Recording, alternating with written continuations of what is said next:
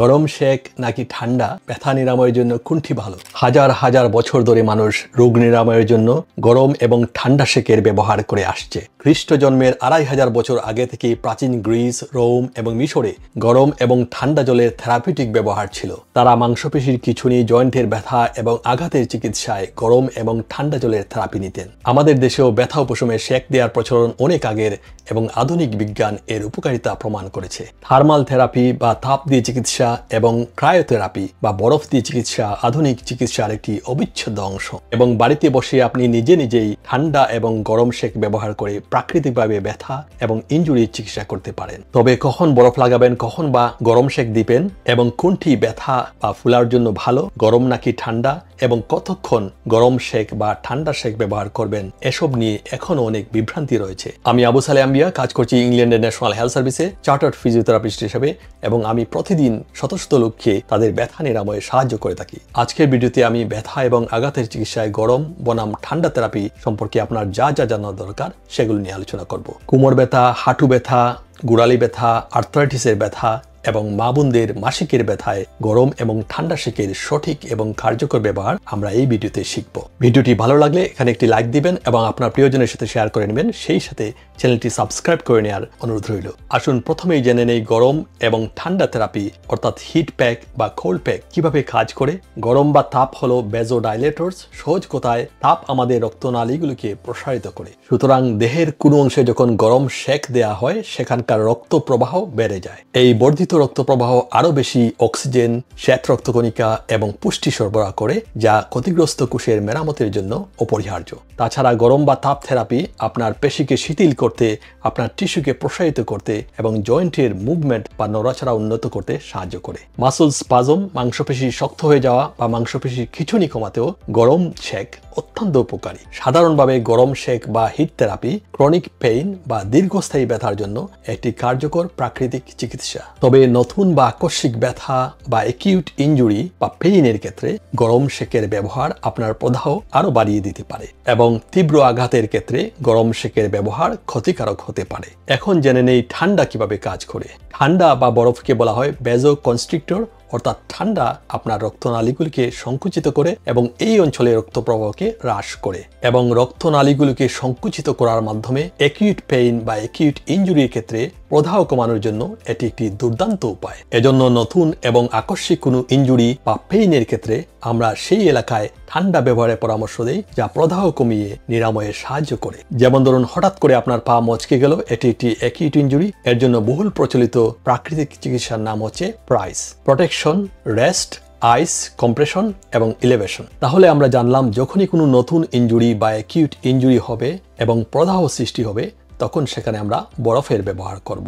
গোড়ালি মচকে যাওয়ার চিকিৎসায় প্রাইস প্রোটোকল নিয়ে আমার একটি চমৎকার ভিডিও আছে, আপনি এখানে দেখে নিতে পারেন। এখন প্রদাহের 4টি লক্ষণ রয়েছে, তা হলো 1. ফুলে যাওয়া, লাল হয়ে যাওয়া, সেখানে ব্যথা হওয়া এবং এই এলাকার টেম্পারেচার বা তাপমাত্রা বেড়ে যাওয়া। এইসব লক্ষণ থাকলে প্রথমেই আমরা ঠান্ডা শেক ব্যবহারের পরামর্শ দিই। তাছাড়া আপনি যখন অ্যাকিউট পেইন বা তীব্র ব্যথায় ভোগেন, তখন সেই এলাকায় ঠান্ডা লাগালে সেই এলাকার স্নায়ুকে নাম বা অসাড় করে মস্তিষ্কে ব্যথার অনুভূতি কমিয়ে দেয়। তবে মজার ব্যাপার হলো, বরফ এবং ঠান্ডা উভয়ই আপনার মস্তিষ্কে ব্যথার উদ্দীপনা কমাতে সাহায্য করে। শুধু জানতে হবে কখন আপনি কোনটি ব্যবহার করবেন। এখন জেনে নেই কিছু কমন সমস্যার ক্ষেত্রে কখন আপনি বরফ দিবেন এবং কখন গরম শেক দিবেন। প্রথমে আলোচনা করব কোমর ব্যথা নিয়ে। কোমর ব্যথায় গরম বা হিট থেরাপির উপকারিতা অনেক গবেষণা প্রমাণ করেছে, তবে অনেক ক্ষেত্রে ঠান্ডা থেরাপি ও কাজ করে। যেমন আকস্মিক বা তীব্র কোমর ব্যথা, যেমন পিএলআইডির ব্যথায় প্রথমে কিছু সময়ের জন্য আপনি ঠান্ডা লাগাবেন, তারপর সেখানে আপনি তাপ বা গরম দিবেন। কোমর ব্যথার প্রাথমিক পর্যায়ে যখন প্রদাহ দেখা দেয়, তখন আইস প্যাক বা বরফের ব্যবহার কার্যকরী। তবে প্রাথমিক প্রদাহের সময় শেষ হওয়ার সাথে সাথে গরম শেকের ব্যবহার সবচেয়ে কার্যকরী চিকিৎসা। কিন্তু দীর্ঘস্থায়ী কোমর ব্যথার চিকিৎসায় আপনি গরম শেক দিবেন, যা আপনার আহত কোষকে পুষ্টি সরবরাহ করে এবং রক্ত প্রবাহ উন্নত করে নিরাময়ে সাহায্য করে। কোমর ব্যথা এবং পিঠে ব্যথার বেশিরভাগ ক্ষেত্রেই পেশির খিঁচুনি, মাসল স্পাজম হয়, ফলে অনেক সময় সেই অঞ্চলে রক্ত সঞ্চালন বাধাগ্রস্ত হয়। সেক্ষেত্রে গরম শেকের ব্যবহার অত্যন্ত কার্যকরী। কিভাবে গরম সেক দিবেন? আপনি আক্রান্ত স্থানে 20 মিনিটের জন্য গরম তাপ, বিশেষত আর্দ্র তাপ প্রয়োগ করুন। একটি গরম প্যাক বা হট ওয়াটার বোতল আপনি তোয়ালে দিয়ে মুড়ে এই এলাকায় ব্যবহার করতে পারেন। তাছাড়া গরম জলে ডুবানো তোয়ালে দিয়ে আপনি এই এলাকায় চিকিৎসা করতে পারেন, অথবা 20 মিনিটের জন্য গরম জলে স্নান করলেও ব্যথার উপশম হয়। তাহলে আমরা জানলাম নতুন এবং তীব্র কোমর ব্যথা হলে প্রথমে আমরা আইস থেরাপি কিছুক্ষণের জন্য ব্যবহার করব, তারপর গরম সেক দিব, এবং দীর্ঘস্থায়ী কোমর ব্যথার ক্ষেত্রে আমরা গরম তাপ বা গরম থেরাপি বেছে নেব। সেই সাথে কোমর ব্যথার দীর্ঘস্থায়ী সমাধান পেতে আপনার ফিজিওথেরাপিস্টের শেখানো এক্সারসাইজগুলো আপনাকে করতে হবে। কোমর ব্যথার বিভিন্ন কারণ ভেদে থেরাপিউটিক এক্সারসাইজ নিয়ে আমার কিছু চমৎকার ভিডিও রয়েছে, যা আমি ডেসক্রিপশনে লিংক দিয়ে দিব। এখন আসি মা বোনদের পিরিয়ড পেইন বা মাসিকের ব্যথা প্রসঙ্গে। মাসিকের সময় অনেক মা বোনেরা হালকা থেকে তীব্র ব্যথা বা ক্রাম্পে ভোগেন। সেক্ষেত্রে ওষুধের ব্যবহার না করে গরম থেরাপি নিলে অনেক উপকার পাওয়া যায়। আপনি যখন তল পেটে বা পেটের নিচের অংশে গরম বা তাপ ব্যবহার করবেন, এটি জরায়ুর মাসলগুলোকে শিথিল করতে সাহায্য করে, যার ফলে ক্র্যাম্পের বা ব্যথার তীব্রতা কমে যায়। তাপ পেলভিক অঞ্চলে রক্ত সরবরাহ বৃদ্ধি করে, পেলভিক অঞ্চলের মাসলগুলোতে পুষ্টি এবং অক্সিজেন সরবরাহে সাহায্য করে। তাই বিজ্ঞান পিরিয়ড পেইন বা মাসিকের ব্যথায় তাপ প্রয়োগকে সমর্থন করে। ইংল্যান্ডের NHS বা ন্যাশনাল হেলথ সার্ভিসও পিরিয়ড পেইনের ক্ষেত্রে গরম পানিতে গোসল করা এবং গরম সেক দেওয়ার পরামর্শ দেয়, এবং ওষুধের বদলে হিট থেরাপি বা গরম থেরাপি ব্যবহার একটি প্রাকৃতিক এবং পার্শ্ব প্রতিক্রিয়াহীন চিকিৎসা। একটি হট ওয়াটার বোতল বা গরম পানির বোতলকে টাওয়ালে মুড়ে আপনার ব্যথার জায়গায় ব্যবহার করতে পারেন, অথবা আপনি কিছু সময়ের জন্য গরম স্নান করলে স্বস্তি মিলবে। হাঁটু ব্যথা, হাঁটুতে তীব্র আঘাত পেলে অথবা প্রচণ্ড ব্যথা হলে আপনি প্রথমে বরফ লাগাতে পারেন। এতে করে আপনার জয়েন্টের ফুলা ভাব এবং প্রদাহ কমবে। তবে একই সাথে আপনার হাঁটুর পেশিতে আপনি তাপ প্রয়োগ করতে পারেন। অ্যাকিউট পেইনের সপ্তাহখানেক পর যখন প্রদাহ কমে আসে, তখন হাঁটুর পেশিতে গরম সেক ব্যবহারের পরামর্শ দেওয়া হয়, এবং হাঁটুর সার্জারির পর বা নি সার্জারির পর আইস প্যাক বা ঠান্ডা থেরাপি ব্যবহার বহুল প্রচলিত।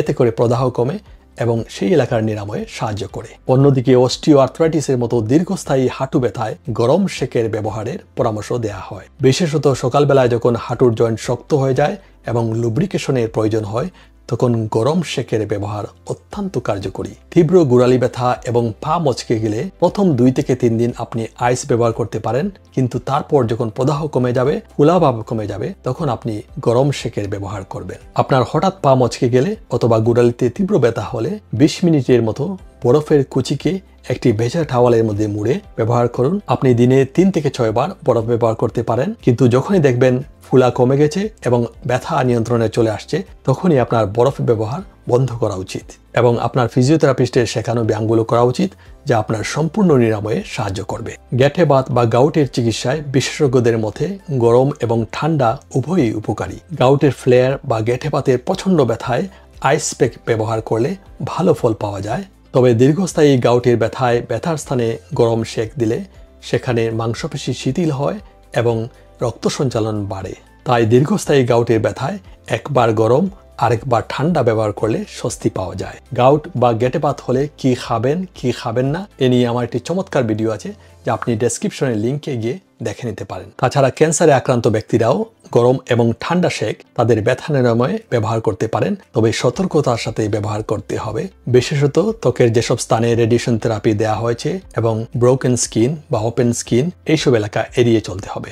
গরম এবং ঠান্ডা থেরাপি ব্যবহারের ক্ষেত্রে সর্বদা সতর্ক থাকতে হবে। অসতর্কভাবে ব্যবহার করলে ত্বক পুড়ে যেতে পারে। প্রতিবারে ব্যথার স্থানে কেবল 15 থেকে 20 মিনিটের জন্য হিট প্যাক বা আইস প্যাক ব্যবহার করুন। গরম পানির বোতল ব্যবহারের সময় একটি তোয়ালে দিয়ে অথবা কাপড় দিয়ে মুড়ে ব্যবহার করুন, যাতে আপনার ত্বক সরাসরি গরম পানির সংস্পর্শে না আসে। আপনি যদি বরফকুচি ব্যবহার করেন, তা একটি পলিথিনের প্যাকেটে নিয়ে ভিজা টাওয়াল বা কাপড়ে মুড়ে ব্যবহার করুন, এতে করে তার কার্যকারিতা বৃদ্ধি পায়। অ্যাকিউট ইনজুরি বা তীব্র ব্যথার ক্ষেত্রে যখন ফোলাভাব এবং প্রদাহ থাকে, প্রতি 2 ঘন্টা পর পর বরফ থেরাপি ব্যবহার করা যাবে। 48 থেকে 72 ঘন্টা পর বরফ ব্যবহার বন্ধ করা উচিত। যাদের স্নায়ুজনিত সমস্যা আছে এবং ত্বকে অনুভূতি কম, যেমন ডায়াবেটিসের রোগী, রিউমাটয়েড আর্থ্রাইটিসের রোগী, যাদের মাল্টিপল স্ক্লেরোসিস বা স্পাইনাল ইনজুরি আছে, তারা অত্যন্ত সতর্কতার সাথে হিট থেরাপি ব্যবহার করবেন, কারণ এসব সমস্যায় ত্বকের গরম এবং ঠান্ডা অনুভূতি কমে যায়। তাই অসাবধানতায় ত্বক পুড়ে যেতে পারে বা ক্ষতিগ্রস্ত হতে পারে। এখন পুরো আলোচনা একটু রিক্যাপ করি। সাধারণভাবে ঠান্ডা সেকের ব্যবহার অ্যাকিউট ইনজুরি বা তীব্র আঘাতের জন্য সর্বোত্তম, যেমন সম্প্রতি হওয়া মাসুল স্ট্রেইন বা পেশির খিঁচুনি, অ্যাকিউট পিএলআইডি এবং পা মচকে যাওয়া, এইসব ক্ষেত্রে ঠান্ডা সেক ব্যবহার অত্যন্ত কার্যকরী। অন্যদিকে গরম সেক বা তাপ থেরাপি যে কোনো দীর্ঘস্থায়ী ব্যথা, যেমন আর্থ্রাইটিসের ব্যথা বা ক্রনিক লো ব্যাক পেনের জন্য অত্যন্ত উপকারী। তবে মনে রাখবেন, গরম এবং ঠান্ডা থেরাপির সাথে দীর্ঘস্থায়ী সমাধানের জন্য আপনার ফিজিওথেরাপিস্টের শেখানো ব্যায়ামগুলো করতে হবে। ভিউয়ার্স, আশা করি ভিডিওটি উপকারে আসবে। ভিডিওটি ভালো লাগলে আপনার প্রিয়জনের সাথে শেয়ার করুন এবং সেই সাথে চ্যানেলটি সাবস্ক্রাইব করে আমাদের সাথে থাকুন। ভিডিওটি দেখার জন্য আপনাদেরকে অনেক ধন্যবাদ। ভালো থাকুন, সুস্থ থাকুন।